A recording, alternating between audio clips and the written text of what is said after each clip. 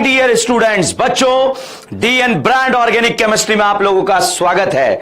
बच्चों last lecture में हमने डिस्कस किया था आइसोमर्स में कन्फर्मेशनल आइसोमेरिज्म, और कन्फर्मेशनल आइसोमेरिज्म में मैंने आपको एक पॉइंट बताया।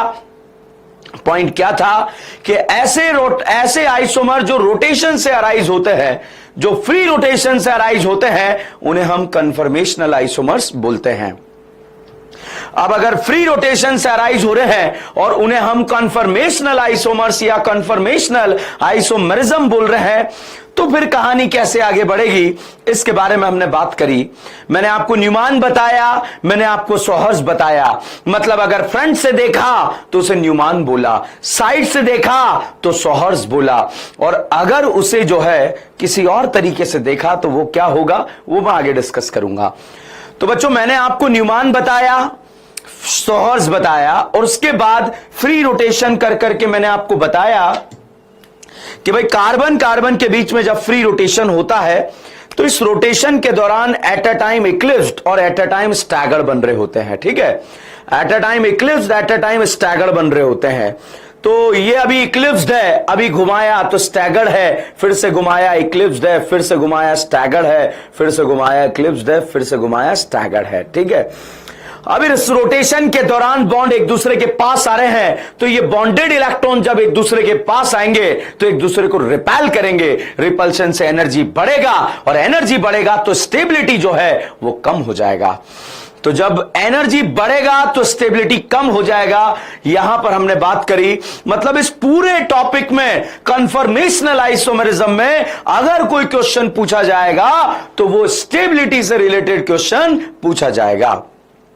तो बच्चों अभी हम से कोई पूछे कि हमें स्टेबल बनाना है, स्टैगर्ड बनाइए इक्लिप्स, तो क्रिस्टल क्लियर बात है, आप जो है जब भी आपको स्टेबल बनाना होगा आप यहां पर जो है इक्लिप्स ना बना करके स्टैगर्ड बनाएंगे।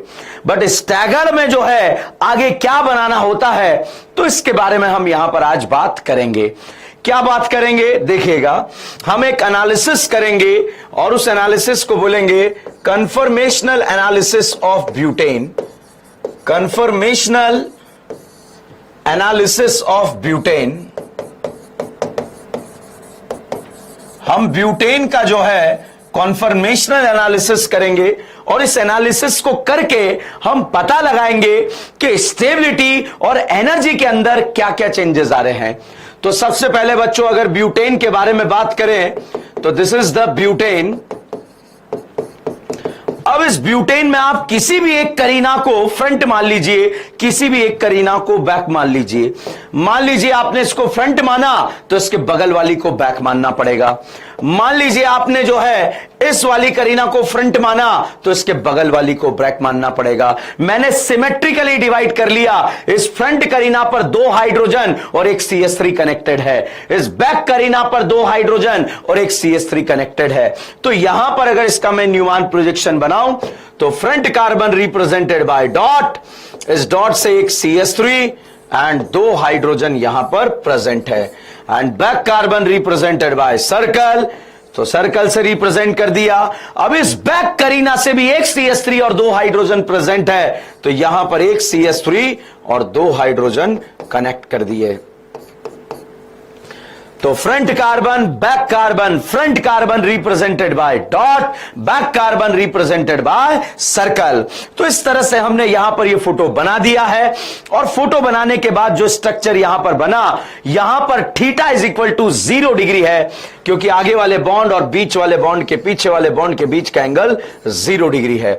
तो थीटा 0 डिग्री है। इस कन्फर्मर का नाम होता है बेटा इक्लिप्स्ड कन्फर्मर।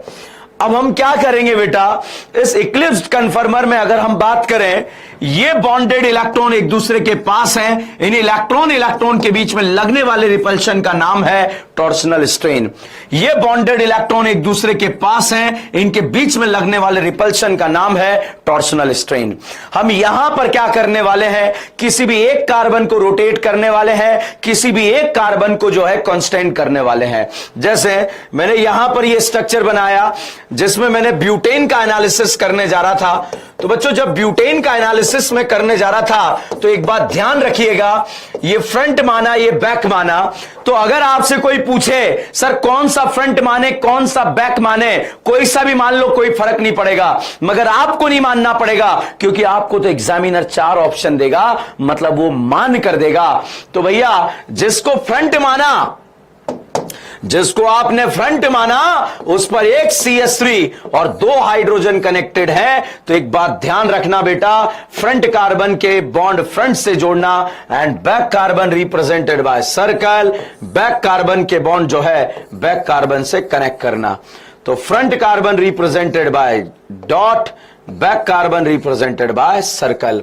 तो back carbon represented by circle, तो यहां पर जो है इस तरह का स्ट्रक्चर बन गया। तो बच्चों ये मैंने अलग करके क्यों बताया, आपको इतना सा बताना चाहता हूं, फ्रंट के बॉन्ड फ्रंट से बनाना, बैक के बॉन्ड बैक से बनाना। अब यहां पर बच्चों हम एक एनालिसिस करेंगे। एनालिसिस कैसे, आप देखिए CH3 CH2 CH2 CH3, this is the butane. अब ब्यूटेन में बेटा ये एक फ्रंट कार्बन है, front carbon represented by dot, इसे एक CH3 और 2 हाइड्रोजन कनेक्टेड है।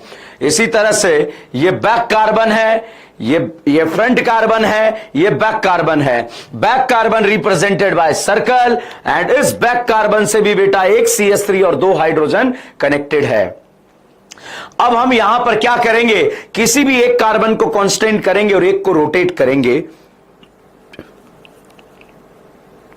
किसी भी एक कार्बन को कांस्टेंट करेंगे और एक को रोटेट करेंगे, ठीक है। तो अब यहां पर देखो बेटा, एक को कांस्टेंट करो एक को रोटेट करो, तो अभी ये बॉन्ड एक दूसरे के सामने है, अभी बॉन्ड एक दूसरे के सामने नहीं है। अभी बॉन्ड एक दूसरे के सामने है, इसको मत देखो, सिर्फ बॉन्ड को देखो, इस बॉन्ड को और इस बॉन्ड को देखो। अभी बॉन्ड एक दूसरे के सामने है, अभी एक दूसरे के सामने नहीं है। अभी एक दूसरे के सामने है, अभी एक दूसरे के सामने है, अभी एक दूसरे के सामने नहीं है। फिर से एक दूसरे के सामने है मगर अब एक दूसरे के सामने नहीं है। फिर से एक दूसरे के सामने है, अब एक दूसरे के सामने नहीं है। फिर से एक दूसरे के सामने है, अब एक दूसरे के सामने नहीं है। फिर से एक दूसरे के सामने है, अब एक दूसरे के सामने है, अब एक दूसरे के सामने नहीं है। तो इस तरह से रोटेशन जब हम कर रहे हैं तो एट अ टाइम इक्लिप्स बन रहा है और एट अ टाइम स्टैगर्ड बन रहा है। एट अ टाइम इक्लिप्स बन रहा है, एट अ टाइम स्टैगर्ड बन रहा है। बस इसी का एनालिसिस यहां पर आप करने वाले हैं। तो हम क्या करेंगे, यहां पर एनालिसिस कैसे करने वाले हैं वो हम देखते हैं। हम एक ग्राफ बनाएंगे, ग्राफ में जो है एक जो है एंगल हम यहां पर लेंगे,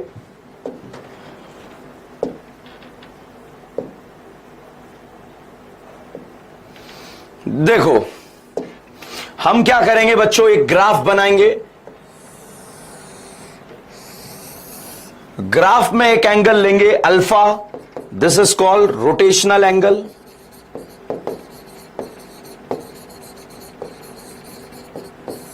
मतलब जितने डिग्री से आप रोटेट कर रहे हैं, ये 0 डिग्री, 60 डिग्री, 120 डिग्री, 180 डिग्री,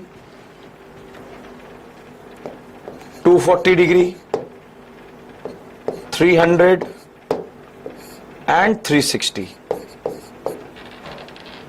दुनिया की किसी भी चीज को बच्चों अगर आप 360 डिग्री एंगल से घुमाएंगे तो वो आइडेंटिकल मिल जाती है।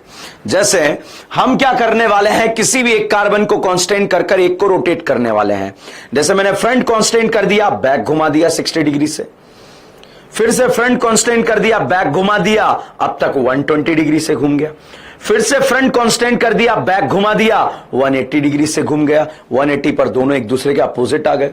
फिर से फ्रंट को कांस्टेंट करा, बैक को घुमा दिया, अब 240 डिग्री से घूम गया, 240 से घूम गया। फिर से फ्रंट को कांस्टेंट करा, बैक को घुमाया, अब 300 डिग्री से घूम गया। फिर से फ्रंट को कांस्टेंट करा, बैक को घुमाया, 360 डिग्री आ गया। मतलब दुनिया की किसी भी चीज को अगर आप 360 डिग्री एंगल पर घुमाएंगे तो वो आइडेंटिकल स्ट्रक्चर आपको मिल जाएगा। मतलब सेम स्ट्रक्चर आपको मिल जाएगा, उस स्ट्रक्चर्स में जो है कोई चेंजेस नहीं आएंगे। तो बच्चों अब हम यहां पर बात करते हैं, दुनिया की किसी भी चीज को अगर आप 360 डिग्री एंगल से घुमाएंगे तो वो आपको आइडेंटिकल नजर आएगी। अब जब आइडेंटिकल नजर आएगी तो कैसे नजर आएगी, देखिएगा। हम यहां पर बेटा ब्यूटेन का एनालिसिस करने जा रहे हैं।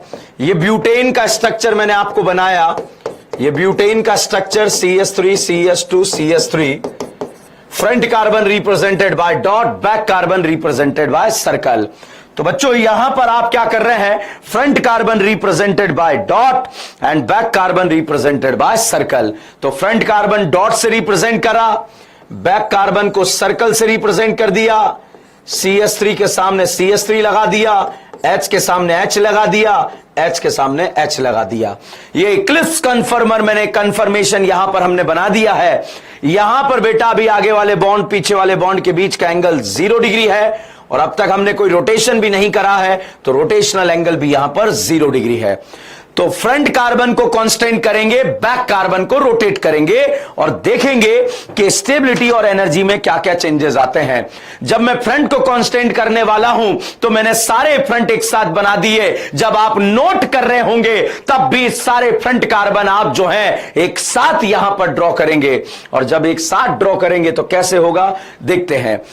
बच्चों फ्रंट कार्बन को हमने कांस्टेंट किया तो एज इट इज बना दिया, back carbon represented by circle. अब इस बैक कार्बन को बेटा 60 डिग्री से रोटेट करा तो ये CH3 रोटेट होके यहां पर आएगा तो यहां पर लगा दिया, ये H रोटेट होके यहां पर आएगा, यहां लगा दिया, ये H रोटेट होकर यहां पर आएगा, यहां लगा दिया। अभी अगर इसके बारे में हम चर्चा करें तो थीटा कितना हो गया, थीटा बोले तो डायहेड्रल एंगल यहां पर जो है 60 डिग्री हो गया। और अभी आपने कितने डिग्री के एंगल से रोटेशन किया है,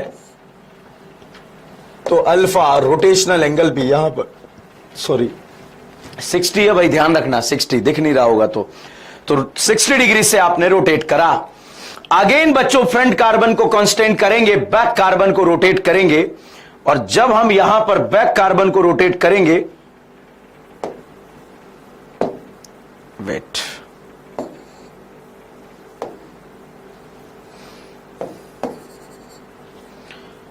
तो बच्चों बैक कार्बन को जब रोटेट करेंगे तो back carbon represented by circle, again 60 degree से रोटेट करा तो CH3 इस जगह आ जाएगा,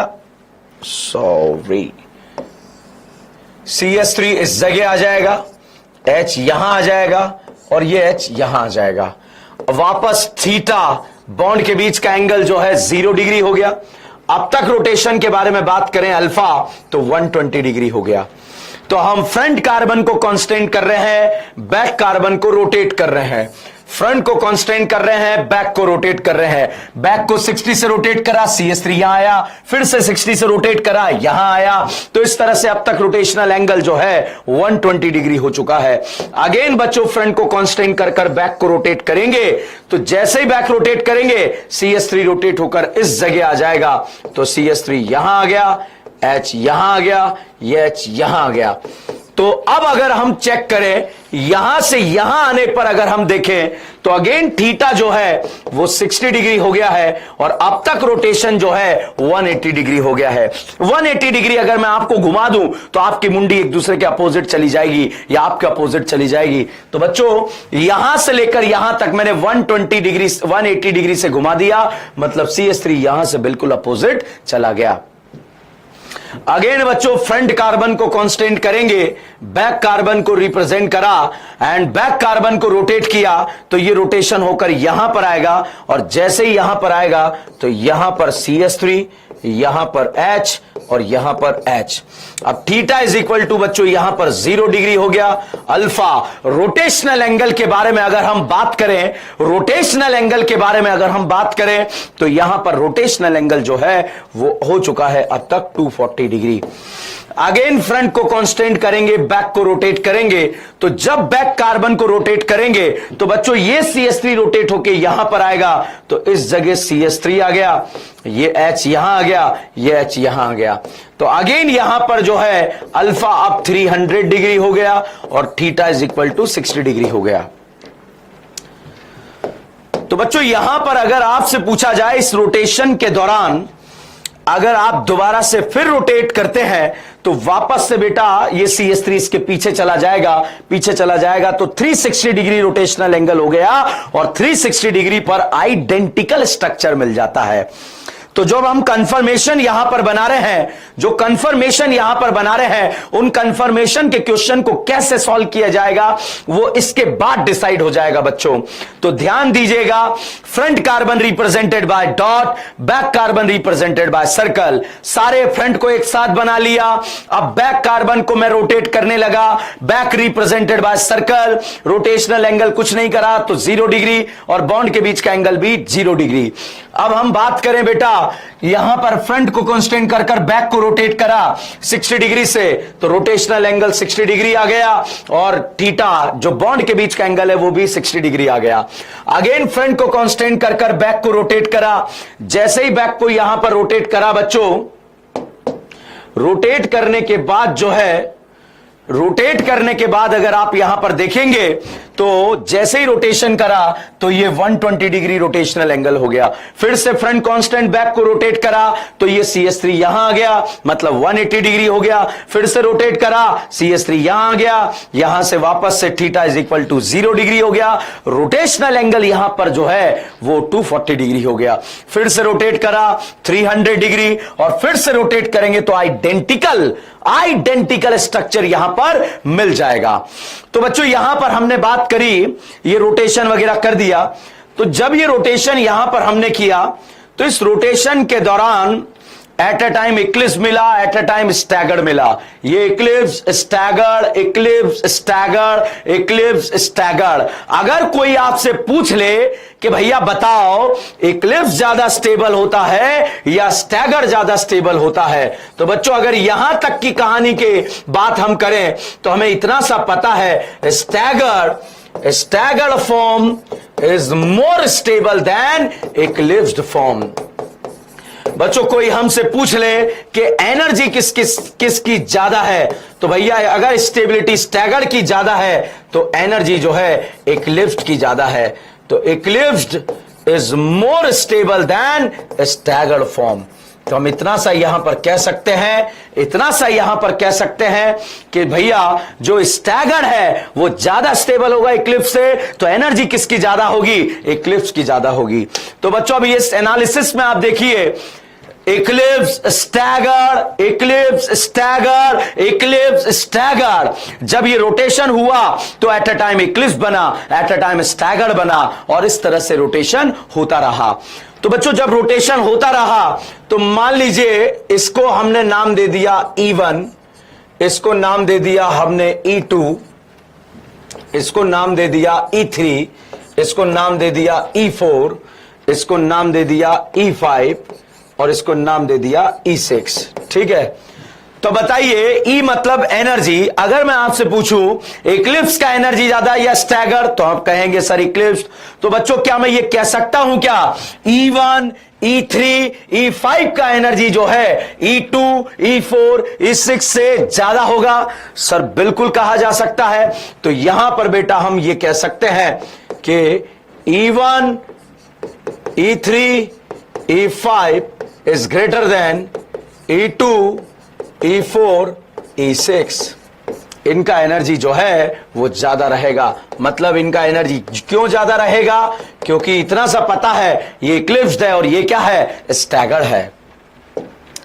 अब बच्चों यहां पर अगर हम बात करें, बहुत ही इंपॉर्टेंट बात, एक बार में समझ में नहीं आती है तो जिसको लगता है वो गजनी है, तो बहुत ध्यान से देखिएगा। बच्चों इक्लिप्स्ड है, बॉन्डेड इलेक्ट्रॉन के बीच में रिपल्शन लग रहा है, टॉर्शनल स्ट्रेन बोला है। बच्चों इस बॉन्ड से एक बड़ा ग्रुप जुड़ा और दूसरा भी बड़ा ग्रुप जुड़ा, तो बड़े बड़े ग्रुप के बीच में भी रिपल्शन लगता है। देखिएगा ये बॉन्डेड इलेक्ट्रॉन के बीच के रिपल्शन का नाम हमने बोला टॉर्शनल स्ट्रेन। यहां बड़ा ग्रुप, यहां बड़ा ग्रुप, इनके बीच में भी स्टेरिक रिपल्शन लग रहा है और इस रिपल्शन का नाम होता है बेटा स्टेरिक रिपल्शन या वॉन डर वाल रिपल्शन। तो यहां पर बड़े बल्कि के बीच में भी रिपल्शन है और टॉर्शनल रिपल्शन भी है। तो इसका एनर्जी ज्यादा होगा तो स्टेबिलिटी कम होगा, और एनर्जी ज्यादा होने की वजह से बच्चों इसका नाम दे दिया जाता है परफेक्ट इक्लिप्स्ड। परफेक्ट इक्लिप्स्ड या फुली इक्लिप्स्ड। बच्चों इसको देखिएगा, ये बल्कि है, ये हल्की है, मतलब ये बल्कि और इसके सामने कोई हल्की आ जाए तो भैया कोई स्टेरिक रिपल्शन नहीं लगेगा। तो यहां पर सिर्फ टॉर्सनल स्ट्रेन लगेगा, और जब टॉर्सनल स्ट्रेन लगेगा तो इसका एनर्जी उसके कंपैरिजन में कम होगा, तो इसका नाम होगा पार्शियल इक्लिप्स्ड। तो इसको पार्शियल इक्लिप्स्ड यहां पर बोलेंगे। तो बच्चों अब मैं यहां पर एक कंक्लूड कर सकता हूं कि E1 का एनर्जी तो सबसे ज्यादा होगा। क्यों ज्यादा होगा? क्योंकि वो परफेक्ट इक्लिप्स्ड है, टॉर्सनल स्ट्रेन भी है, स्टेरिक रिपल्शन भी है। अब यहां पर बच्चों हम बात करें, यहां भी बल्कि हल्की है, तो यहां पर सिर्फ टॉर्सनल रहेगा, तो इसलिए इसको हम बोलेंगे पार्शियल इक्लिप्स्ड। तो E5 और E1 में एनर्जी किसका ज्यादा? सर E1 का। E3 और E1 में किसका ज्यादा? E1 का। E3 और E5 का एनर्जी बराबर। तो यहां पर बच्चों हम ये लिख सकते हैं E3 is equal to E5। ठीक है, अब हम आगे बात करते हैं बच्चों, जब दो बड़े बड़े ग्रुप यहां पर जो है दिए हुए हैं स्टैगर्ड स्टैगर्ड स्टैगर्ड। बच्चों इस स्टैगर्ड में अगर ये बड़े ग्रुप 60 डिग्री के एंगल पर होते हैं तो इस स्टैगर्ड का नाम होता है गॉस।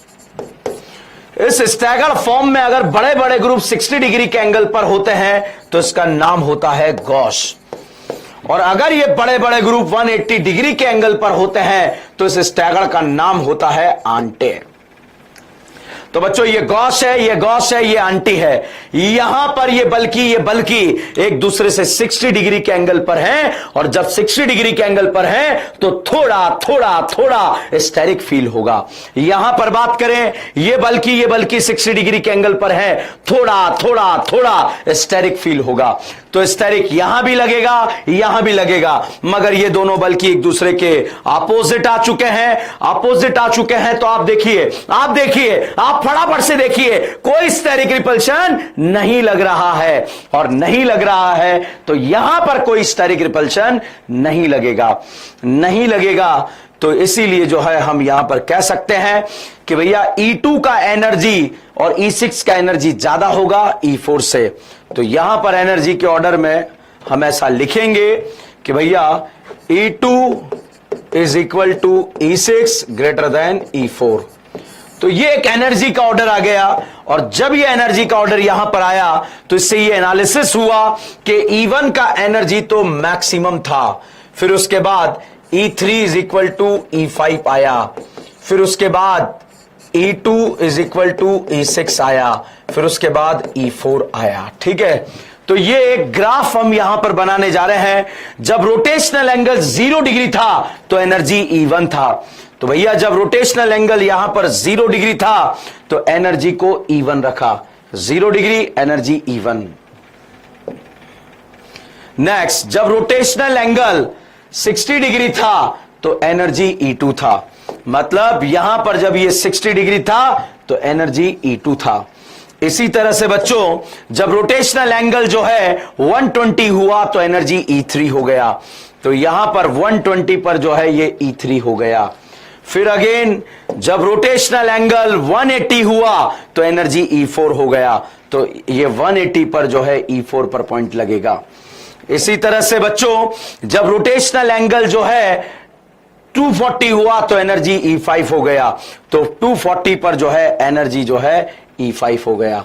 और अगेन जब यहां पर रोटेशनल एंगल जो है 300 हुआ तो एनर्जी E6 हो गया, तो 300 पर एनर्जी E6 यहां पर लगा दिया। अब इनको मिला देंगे, और जब इनको मिलाएंगे तो इस तरह का स्ट्रक्चर यहां पर बन जाएगा, और वापस से रोटेट कर देंगे 360 पर तो आइडेंटिकल स्ट्रक्चर मिल जाएगा। तो बच्चों इस एनालिसिस में हमने क्या सीखा?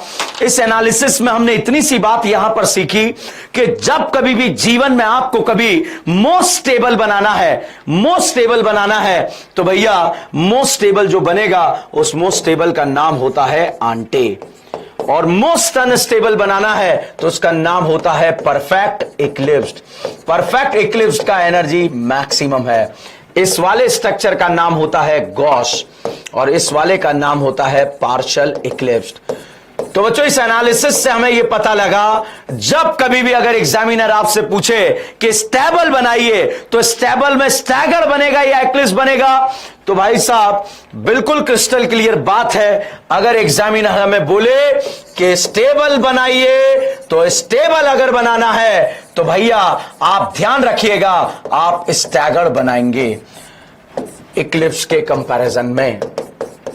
अब इस इक्लिप्स के भी, स्टैगर्ड के भी दो फॉर्म है, एक का नाम है आंटे और एक का नाम है गॉश। इसी तरह से बच्चों इक्लिप्स के भी दो नाम है, एक का नाम है पार्शियल इक्लिप्स और एक का नाम है फुली इक्लिप्स्ड या परफेक्ट इक्लिप्स्ड। तो बच्चों यहां पर आते हैं, कहानी को समझते हैं। कहानी क्या है कि मोस्ट स्टेबल बनाना है तो इक्लिप्स बनाएंगे, स्टैगर्ड बनाएंगे, स्टैगर्ड में गॉश बनाएंगे या आंटी का एनर्जी कम है मतलब बड़े बड़े ग्रुप को 180 डिग्री के एंगल पर रखना है, तो इस आंटी जी का एनर्जी कम है तो यहां पर आंटी जी बनेगी। अब हम बात करें गॉश बनाए या पार्शियल बनाए, मतलब गॉश बनाए या पार्शियल बनाए, तो भैया आप यहां पर देखिएगा गॉश का एनर्जी कम है, फिर पार्शियल, फिर परफेक्ट। तो ये स्टेबिलिटी का ऑर्डर यहां पर हमारे सामने आ गया। तो बच्चों आपसे एग्जाम में हमेशा पूछा जाएगा कि मोस्ट स्टेबल बनाइए, तो स्टैगर्ड बनाना है। स्टैगर्ड मतलब जो बॉन्ड एंगल है वो 60 डिग्री का रखना है। अब स्टैगर्ड में गॉश बनाना है या आंटी बनाना है, यहां पर अब जो है ये दुविधा का सवाल है। तो अगर स्टेरिक रिपल्शन को कम करना है तो आपको गॉश बनाना नहीं है, आपको आंटी बनाना है। तो बच्चों यहां पर हमने एक एनालिसिस किया, ये कुछ नहीं पढ़ना है, कुछ नहीं पढ़ना सर, करना क्या है, सिर्फ इन भाई साहब का पता लगाने के लिए हमने ये सारी रामायण यहां पर लिखी। तो जब भी बनाएंगे, अगर कोई आपसे, मैं आपको क्लास में पूछूंगा कि मोस्ट स्टेबल बनाना है, स्टैगर्ड बनाए, इक्लिप्स बनाए, तो आप कहेंगे स्टैगर्ड में गॉश बनाए या आंटे, आप कहेंगे आंटे। तो यहां पर इस तरह से आपको याद रखना है। और अगर कोई क्वेश्चन आ जाए तो क्वेश्चन कैसे आएगा देखिएगा, TtCH2 and this is isopropyl.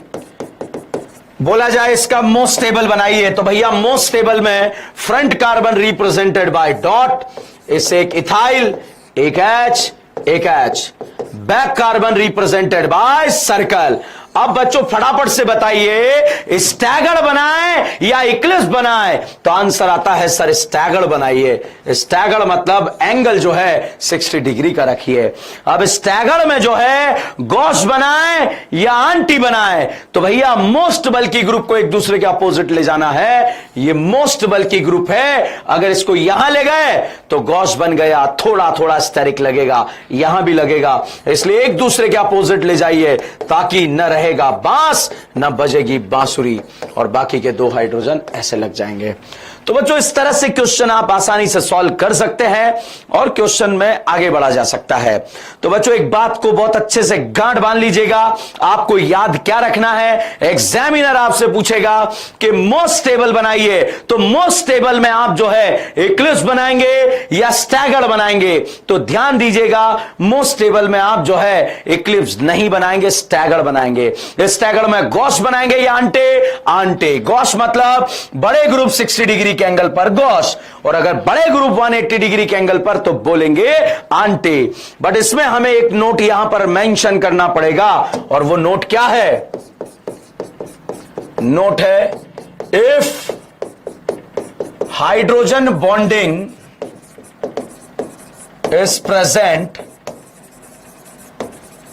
Then gauche form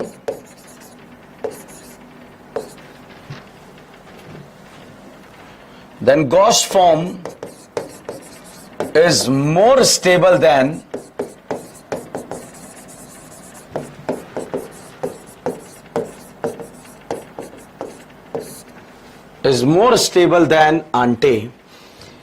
If hydrogen bonding is present, then Gauss form is more stable than ante. बच्चों यहां पर हाइड्रोजन बॉन्ड बनाने वाला कोई भी जेड ग्रुप, जैसे खुद OH ही आ जाए, या फिर NH2 आ जाए, या फिर CHO आ जाए, या फिर फ्लोरीन आ जाए, या फिर कोई एसिड आ जाए, डैश डैश डैश, कोई भी जो हाइड्रोजन बॉन्ड बनाता हो वो ग्रुप आ जाए तो क्या होगा। तो चलिएगा अगला क्वेश्चन इसी से रिलेटेड यहां पर डिस्कस करते हैं। CH2OH OH इथाइलिन ग्लाइकॉल इसका नाम है। Front carbon represented by dot, इससे एक OH और एक H जुड़ा है। Back carbon represented by circle, इससे भी एक OH और एक H जुड़ा है। मैं यहां पर दो फोटो बना रहा हूं ताकि आपका आंसर गलत ना रहे।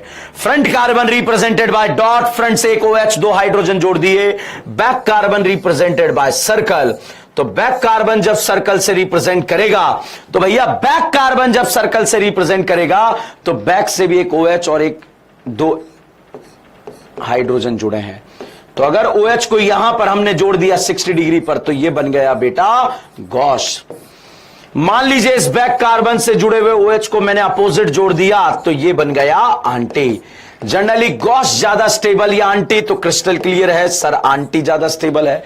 मगर यहां पर जो है इस हाइड्रोजन को जो है इस ऑक्सीजन को देखकर कुछ कुछ हो गया, और कुछ कुछ क्या हो गया, हाइड्रोजन बॉन्डिंग हो गई। और जब हाइड्रोजन बॉन्डिंग होगी उस समय बच्चों Gauss is more stable then aunty.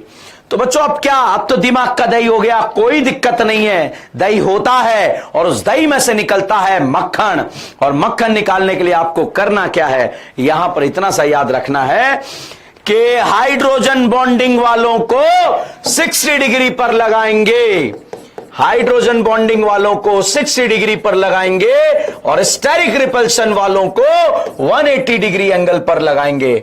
तो यहां पर front carbon represented by dot, इससे एक CH3, एक H, एक OH जुड़ा। Back carbon represented by circle. अब स्टैगर्ड बनाना, इक्लिप्स स्टैगर्ड। अब ध्यान दीजिएगा स्टेरिक रिपल्शन वालों को 180 पर, तो इस बैक कार्बन पर यह स्टेरिक रिपल्शन वाला ग्रुप है, यहां लगाया तो थोड़ा थोड़ा स्टेरिक यहां भी लगेगा, इसलिए इसके जस्ट अपोजिट लगा दिया।